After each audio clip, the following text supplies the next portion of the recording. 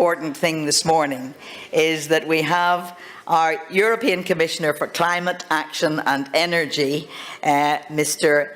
Cañete.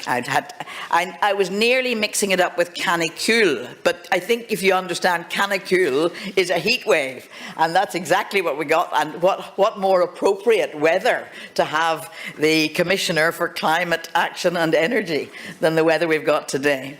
There's no doubt that 2015 will be a decisive year for global climate policies. Obviously, we've got in December world leaders coming together in Paris to agree on a global framework convention tackling climate change, and it's going to depend on the success of this event whether we'll be able to stabilise greenhouse gas. And for the plenary today, we've invited the Commissioner to come and debate the current state of play.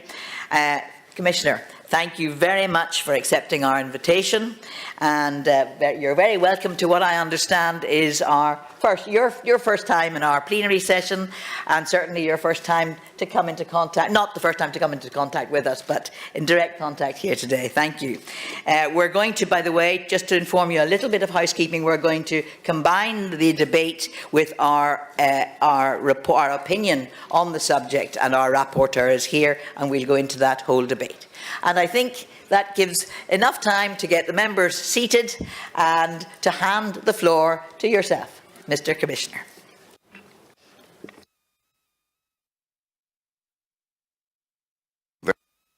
Thank you, President Morris, distinguished members, ladies and gentlemen. It's a real pleasure to be here to address this session and exchange views with you.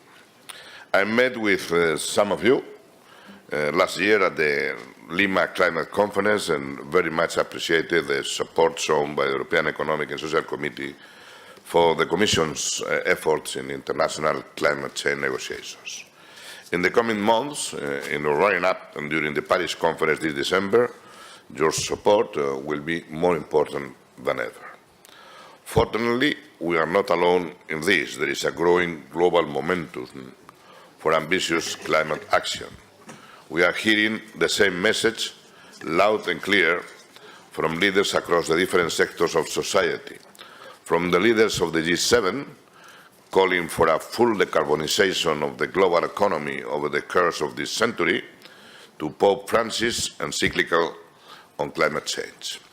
Indeed, I'm just back from a high-level event in New York, which was organized by the United Nations General Assembly President, and the event brought together countries and stakeholder groups from across the world to inject further impetus to the global climate talks. Despite increasing evidence of growing momentum, the negotiating process itself has not been advancing as quickly as we would have hoped for. It needs to catch up, and fast. With just 5 months to go until the Paris Conference, I welcome the opportunity you give me to exchange views with you on the state of play that is taking stock of where we stand today, the work ahead of us until December, and the role of civil society, in other words, your role, in helping secure an ambitious deal in Paris. Let me start with the state of play. In relation to the state of play, as you are very well aware, Paris presents us with a unique opportunity to prevent climate change from reaching dangerous levels. We cannot afford to miss this opportunity. The European Union is committed to ensuring the adoption of a legally binding, ambitious and fair international agreement applicable to all and capable of keeping the world on track to limit the global temperature rise to below 2 degrees. But we cannot do it alone. It can only be achieved through a truly collective effort. An ambitious agreement requires determination from all countries on our commitments to reduce emissions. That's why our immediate priority is to secure a critical mass of proposed contributions, so-called INDCs, well ahead of the Paris Conference. The European Union was the first major economy to submit its contribution, a binding domestic emission reduction target of at least 40% by 2030 compared to 1990 levels, and this is based on the target agreed by European Union leaders last October as part of the 2030 climate and energy framework. Today, up to today, 43 countries accounting for 65% of global emissions, including some of the most vulnerable nations, have also come forward with the contribution. The countries are the European Union, 28 member states, United States, Canada, Mexico, China, Korea, Norway, Russia, Switzerland, Andorra, Iceland, Liechtenstein, Ethiopia, Gabon, Morocco, and Serbia.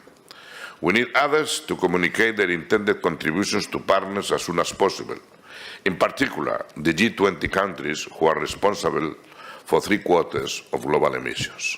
In this regard, last week's European Union-China summit, where the two sides committed in a joint statement to embark on low-carbon development and step up their cooperation on climate change, sent a very positive signal to partners across the world. Also, the Chinese submission of their INDC gives a very positive boost to the negotiations. We have already had valuable exchange with many partners who have submitted or are preparing their INDCs. In October, the Commission will also co-host a forum to look at the aggregate level of ambition of the INDCs ahead of Paris. We hope the forum will provide an opportunity for free and open discussion and further help facilitate this dialogue with partners. It's vital that we have a clear idea of the adequacy of our collective effort against our below 2 degrees objective before we meet in Paris and are able to respond accordingly. The INDC process is an essential element of the preparations for Paris, which brings me to my second point, the work we have ahead of us. Ladies and gentlemen, to conclude a deal that is fit for purpose for many years to come, we need to work further on other key building blocks of the new agreement. The work ahead of us will thus entail working on 3 basic pillars. First, the new deal needs to be dynamic. For this, we need a process for regular reviewing and strengthening countries' emissions reduction commitments. Second, we need a vision on the direction of travel for the longer term. To make the 2-degree objective operational, we should commit to reduce global emissions by at least 60% by 2050 compared to 2010. And third, we need trust and accountability. This means robust rules and reporting to ensure that we will all deliver on our words. Achieving all of this will not be easy. Progress on the technical negotiations has been slow, so we need to seriously accelerate the pace in the coming weeks and months. The co-chairs of the negotiations are currently working on making the long negotiating text easier to work with. We fully trust them to deliver a good basis for the next negotiations in August. So far, parties have been cautious, which is to be expected since we are negotiating a legally binding agreement. At the same time, I am confident that the strong political will to reach an agreement will help us solve the outstanding issues and find a common landing ground. The European Union and Member States are committed to work with all our partners on this. We are listening to them and take the concerns seriously. We also understand that some countries may need support in making the transition to a low-carbon economy and dealing with adverse effects of climate change, and we are ready to do our part in providing this. The European Union and its member states already are the biggest donors of international climate finance. In 2013 alone, we provided together a total of €9.5 billion. We will continue to work closely together with our partners in developing countries to identify viable project pipelines in order to further scale up climate finance. These needs and concerns should be reflected in the new agreement. The Paris deal can only be considered a success if it's a truly universal deal that works for every country. Ladies and gentlemen, When I say every country, I do not mean just every government at the negotiating table. As the voice of organized civil society, you know very well that the Paris Agreement is not only about government action. While governments set the policy framework, real climate action takes place on the ground. It is about the concrete things our citizens and businesses do every day to make more climate-friendly choices. There needs to be a way for the non-state actors to provide their input and insight also to the UNFCCC process, and I am confident such channels exist. We are already seeing a strong mobilization of civil society in all its diversity in the run-up to the December conference. The importance of climate action by a wide range of different stakeholders has also been recognized by the French COP presidency. The Lima Paris Action Agenda that collects inspiring and replicable examples of action by local and regional authorities, businesses and civil society can be a key part of the outcome of Paris. This is also where you, as the European Economic and Social Committee, have a role to play. The continued support of your constituencies helps the European Union advocate for an ambitious agreement and speak with one strong voice in these important negotiations. But perhaps even more important is what will happen after Paris. Ultimately, the success of the new agreement depends on its implementation in the years to come. In the European Union, we have already seen the benefits of decisive climate action. We have shown that emission reduction and economic growth can go hand in hand. Between 1990 and 2013, our emissions fell by 19%, while our GDP grew by 45%.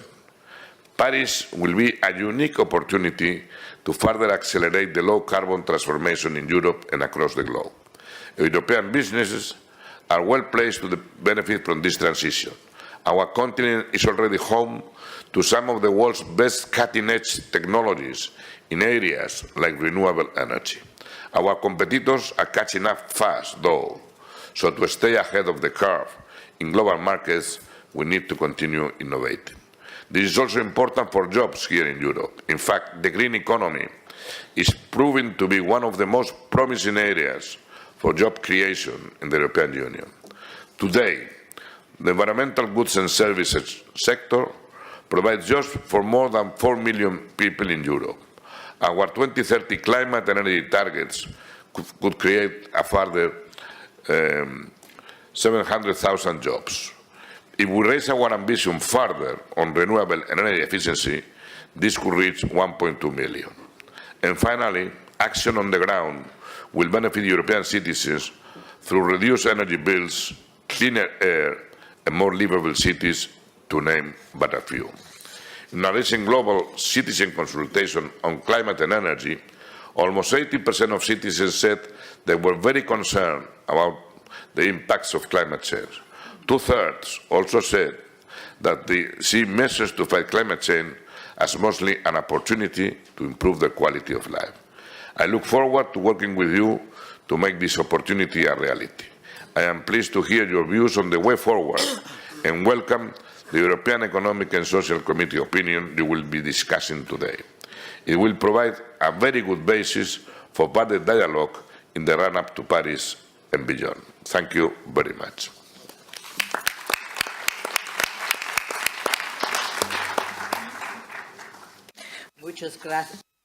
Muchas gracias, Commissioner.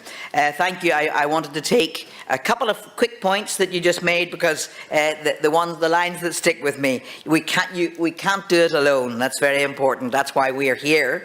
Secondly, strong political will that's needed, climate-friendly choices, and the green economy is one of the most promising sectors of our future in terms of employment, and the most important is what's going to happen after Paris. So thank you for those messages. Dimitri. Muchas gracias, señora presidenta. Como ve, señor comisario, aquí en el comité hay mucha gente que habla español. Como ayer el rey dijo en México, que tenemos que hablar español porque tenemos que guardar el estatuto de segundo idioma a nivel mundial. ¿Por qué no? Yo soy de Rumanía y me interesa mucho el tema de la energía y del clima y quería subrayar algunas cosas. En primero, tenemos muchos problemas con el impacto de las políticas de energía y clima en algunos sectores. Y uno de los sectores que es más afectado, desde nuestro punto de vista sindicalista, es el sector de carbón. Y como ya sabe usted, la situación es también muy grave en España. Hay al nivel europeo 240.000 personas que están involucradas en este sector y que no sabe qué va a pasar en el futuro en el ámbito de estas discusiones. Como me preparé para llevar la palabra hoy, me pensaría que voy a estar muy contundente, pero he visto el calor que hace afuera y he dicho que esto puede ser una marca de irresponsabilidad. O sea que no, queremos que estar muy concretos y muy realistas en lo que pasa con la política de energía y clima.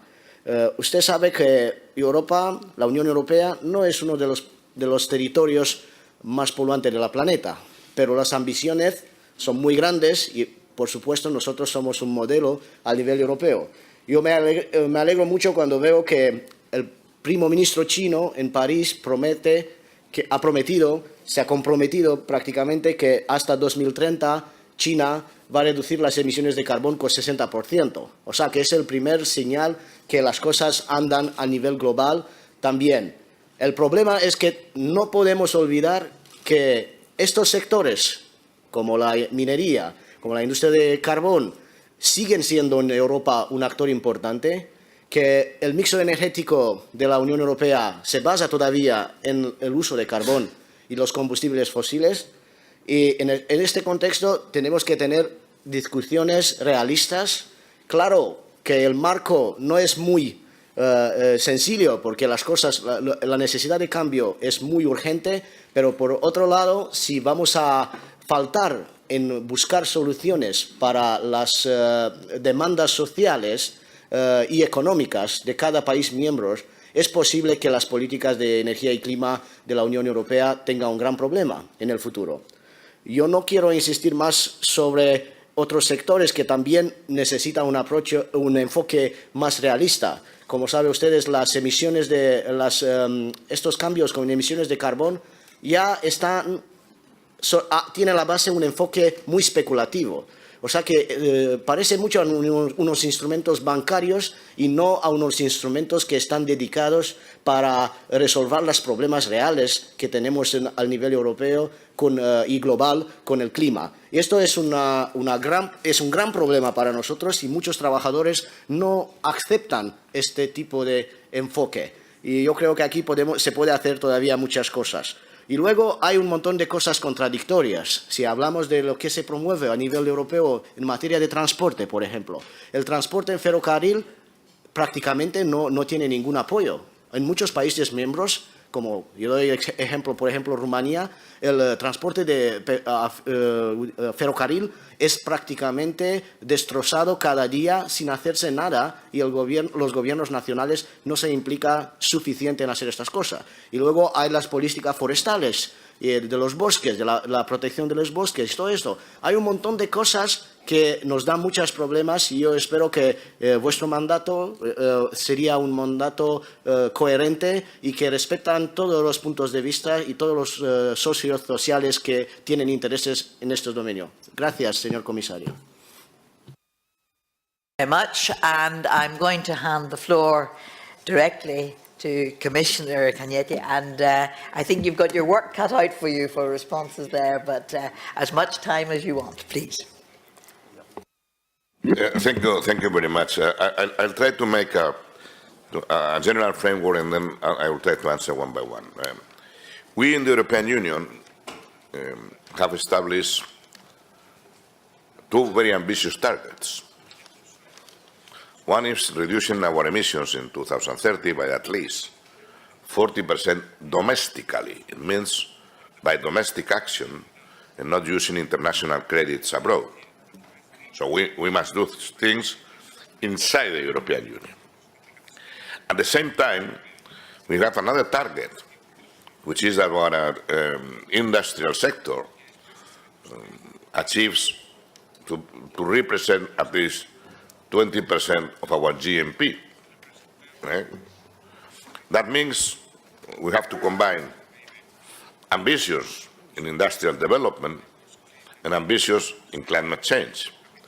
But when you want to go to a 40% reduction of emissions, in the modeling you have to do simultaneously, you have to develop renewables by at least 27%, and you have to put your energy efficiency, increasing it at least to another 27 or 30% level. That means a change in the energy mix of different countries, knowing that Article 194 of the Treaty of the Union says that each member state has the sovereignty to choose its own energy mix, whether it's coal, whether it's hydropower, whether it's renewables, or whether it's nuclear. But at the same time, they have to fulfill their targets for reducing emissions.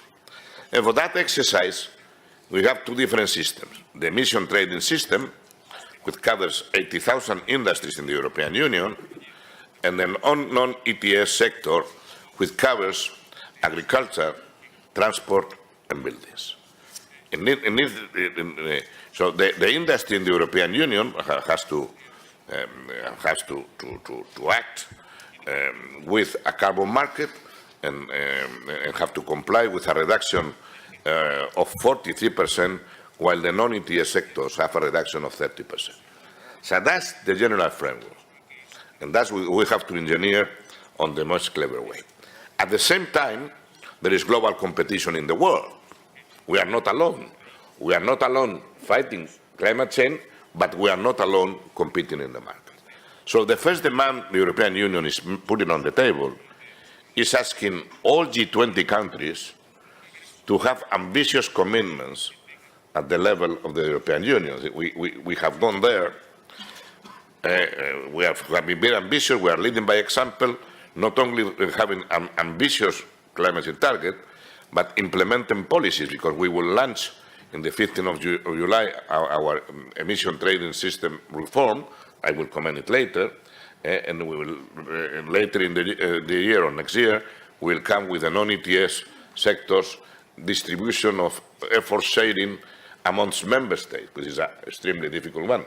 And next year we'll come with the CO2 emissions for cars and light vans, which is a very sensitive issue because it touches the car industry in the European Union, which is very intensive in labour, and we must do it very cleverly so as not generate in this carbon leakage or CO2 leakage or whatever you want to call it. So this is the general framework. So the Commission at the moment was trying that every member state comes, all the parts of the Convention of the United Nations comes with very ambitious commitments to have a level playing field.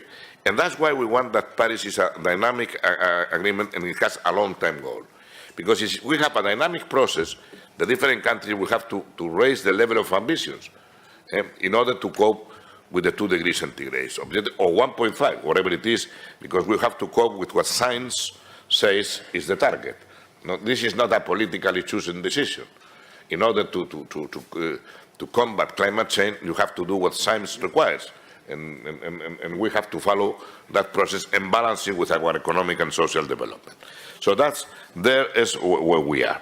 For that, it's clear that there must be ambitious mitigation commitments from all the parts of the United Nations.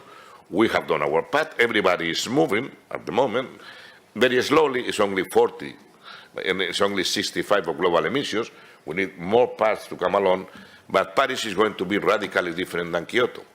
In Kyoto, only a few countries were making efforts, compulsory, and with monitoring, reporting, and verification processes.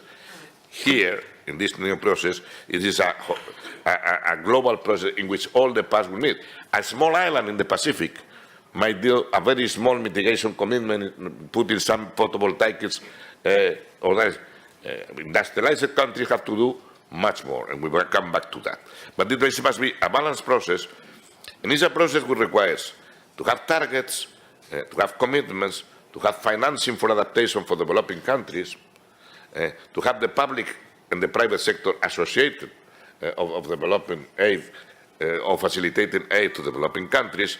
And there are also big opportunities for industrialized countries, because developing countries, in order to meet the mitigation commitment and to adapt to climate change, will require huge investments. It's calculated at the moment that we will need more than 600 billion, is the figure I always forget, that it's astonishing, it's 690 billion of private investments for low emission alternatives are needed in the energy sector alone. Only to make the change of pattern of energy in all the developing countries and develop, we need huge investments, and there, if we are competitive, there are huge opportunities. There was a specific question from our Romanian friend raising the problem of coal. Member states have their targets, and they have to achieve them. When we come to the ETS, there are provisions with the Modernization Fund, with the Innovation Fund, with allocation, with a special allocation to countries who are under 60% of the European Union GNP for the energy sector. And we have all the carbon leakage provisions. But nevertheless, every country will have, in the effort side, in directive, objectives that they have to fill in agriculture, including forestry. They have to fulfill in buildings, which is one of the big problems we are facing, and the Commission will come with a heating and cooling strategy during the year, and also in transport. So every country has their objectives. If you have coal, if you have emission, then you have also to have to develop important renewables, and you have to develop energy efficiency, because everything goes together. But on the other side, coal is there, and coal is there, and in order to facilitate the use of coal within the European Union, we must invest in improving power generation with supercritical and ultra supercritical combustion innovation schemes who can improve the quality of power generation, but at the same time we have to develop carbon capture and storage techniques. And here the Commission will support innovation so that we develop carbon capture and storage and carbon capture and uses of the carbon capture, so that we combine having coal but making it friendly for environment. It's for sure that up to now the projects we have financed are not commercially viable, but we are improving. For example, with China, we signed a declaration 2 days ago to collaborate closely in developing, on one side, the carbon markets, but we are collaborating also with them in developing of carbon capture and storage techniques, because this is needed to make the commercial breakthroughs so that this technology becomes viable. It raises a problem of storage. Of course, as usual, when you develop this kind of technology, you have to store the carbon you have somewhere, and then the problems may arise also. But in order to have coal in our energy mix without problems, we have to improve the generation process with more environmental friendly techniques, and we have to develop carbon capture and storage. There was a question about the rail transport. Of course, we have the European trans-European networks is considered also the increase of transport by rail, and some countries are trying to develop it. It's clear that it's highly developed, the passenger traffic, but in goods by rail, there's a long way to go, and it's clear that it is some area with lots of progress can be done in the future. There have been some questions raising the problems of carbon taxes, and how we can measure the impact of production of goods we Europeans buy, and whether or not we're more intelligent to put a carbon tax for different products, which is a very complicated exercise. The European Union has taken another decision. Instead of a carbon tax, we have a carbon market. And many other countries, the United States, China, in the European Union, Switzerland, are developing carbon markets at the moment, which is another way to approach the thing, because carbon taxes raise two problems. First, how you calculate the amount of CO2 which has been, or greenhouse gases which have been emitted in the process of making a single, because techniques are different in different countries and conditions are quite different, so it's very difficult. And on the other side, under the WTO organization, it might be said that what you want is to protect your own market using a carbon tax. So we took, here there were choices. And also, it's very difficult to put a carbon tax because taxes require unanimity within the Council. And establishing carbon taxes at the European level or amongst member states, in different member states for different products, instead of a carbon market, will raise a problem of reaching unanimity within the Council. So we have difficult from the procedural point of view, difficult from the WTO talk because it might be restrictions to world trade. So at the moment what we are trying is develop a well-functioning carbon market. It's many of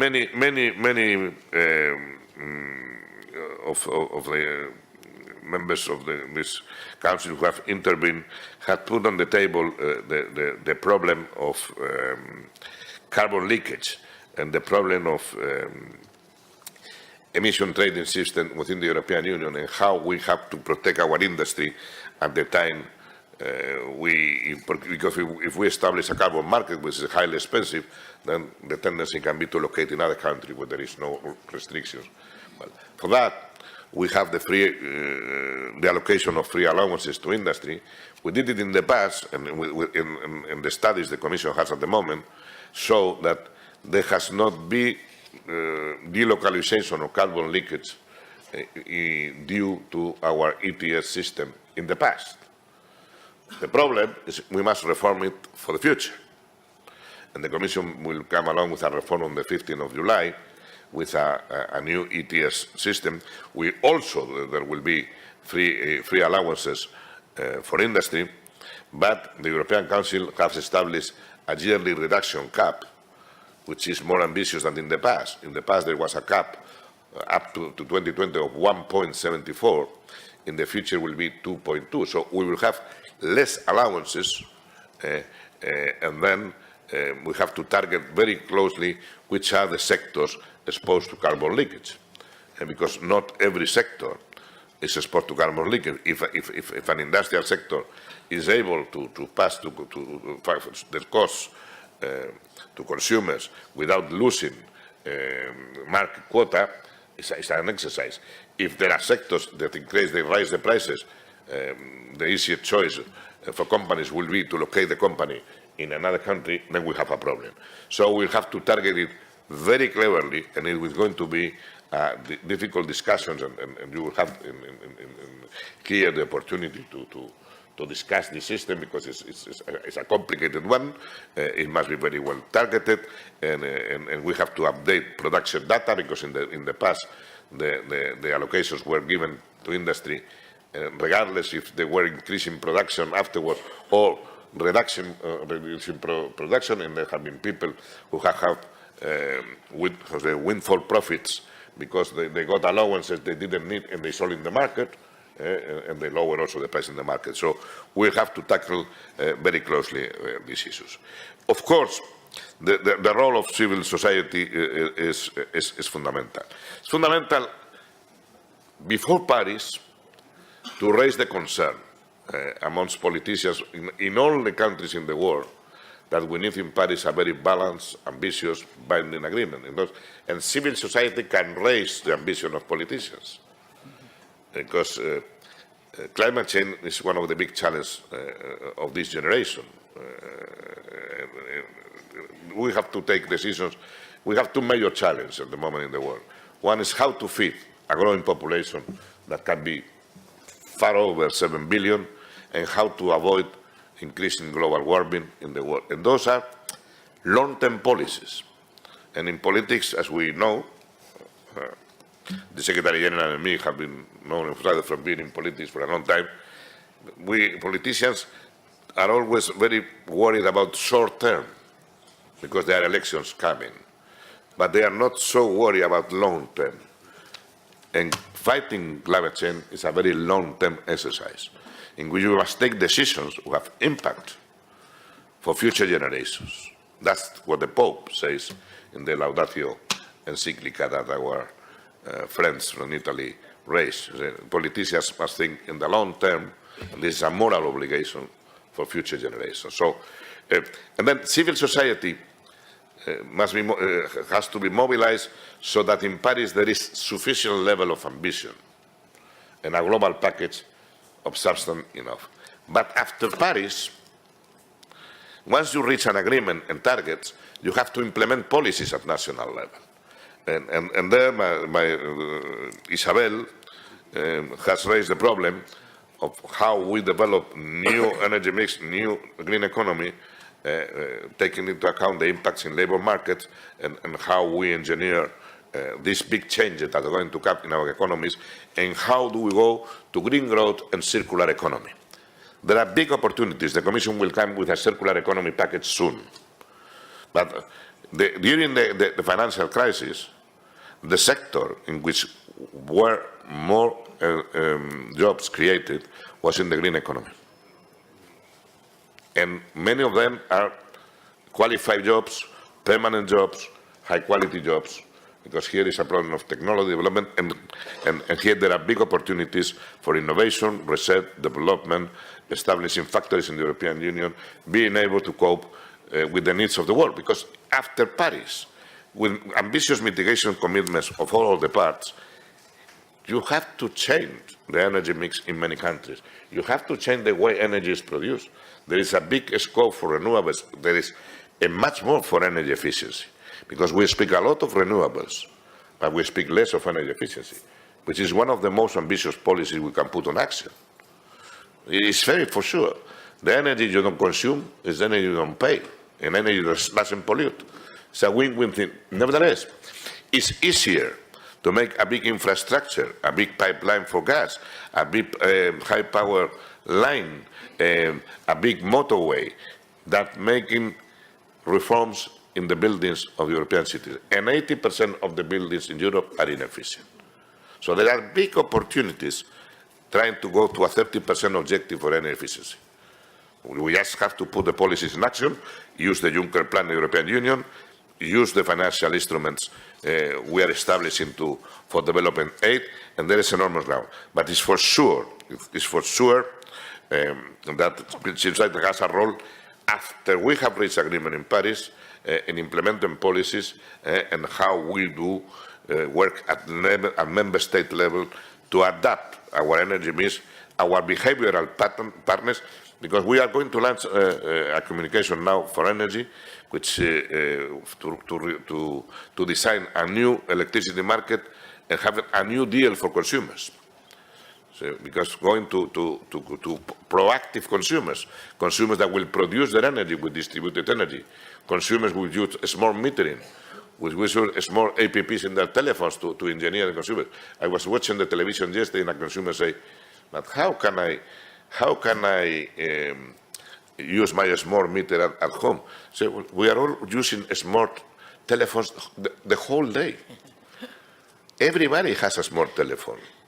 Not everybody, but speaking in the European Union, in fact, in this room, probably everybody has a smart telephone able to do everything: messaging, email, APPs. That's also controlling your energy consumption on an immediate basis. So this is a new world, no? And everything will be linked to global climate change, because to achieve a 40% reduction target, 27%, but also 30% energy efficiency.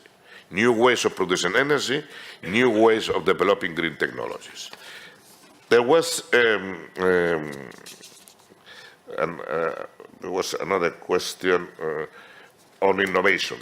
For sure, we were leaders in renewables and in patents, in clean energies, but the rest of the world is catching up very fast. So the Commission will come up with a communication on how we can continue to be leaders in renewables, and for that we need lots of innovation. We have to have a new set plan quite different than in the past. We have to concentrate on the things which, in which we can be leaders. We have to invest in storage capacity. It's not only Tesla and the Americans who have to develop new batteries.